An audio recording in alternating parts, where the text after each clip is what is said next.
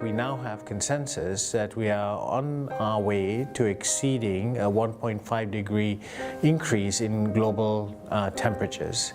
This is incredibly important because for some parts of the world this means a change in temperatures that is well above 1.5, and we're most likely looking at 2 degrees and beyond. We are looking at a changed climate that is going to go well into the years ahead. My 8-year-old is going to experience a far profound manifestation of climate change than I will, and that really frightens me. Are we preparing our kids for this future that even we ourselves will find it very difficult to imagine? And frankly, it's going to be in those countries where the poorest people of the world live that will be hardest hit. One of my more recent experiences witnessing firsthand the impacts of climate change was when I visited the Sundarban regions in Bangladesh. And what was remarkable about this place was the salinity in 80 kilometers inland was sufficiently high enough for people to be growing crabs. Now, you don't get that kind of salinity unless there's some imbalance in the flows of fresh water and seawater.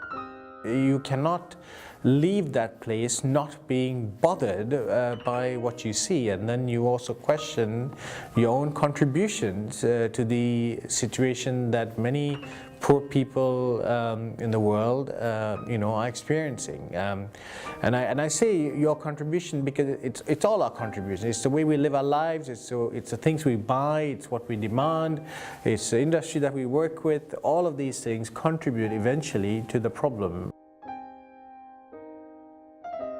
Now, there are lots of little things that we can do today, and UNDP, among other organizations, are taking steps. One, to ensure that countries have access to finance. Secondly, that finance is geared towards and directed towards strengthening country systems to be able to better manage climate change risks. I see a political will that is at an all-time high compared to 20 years ago.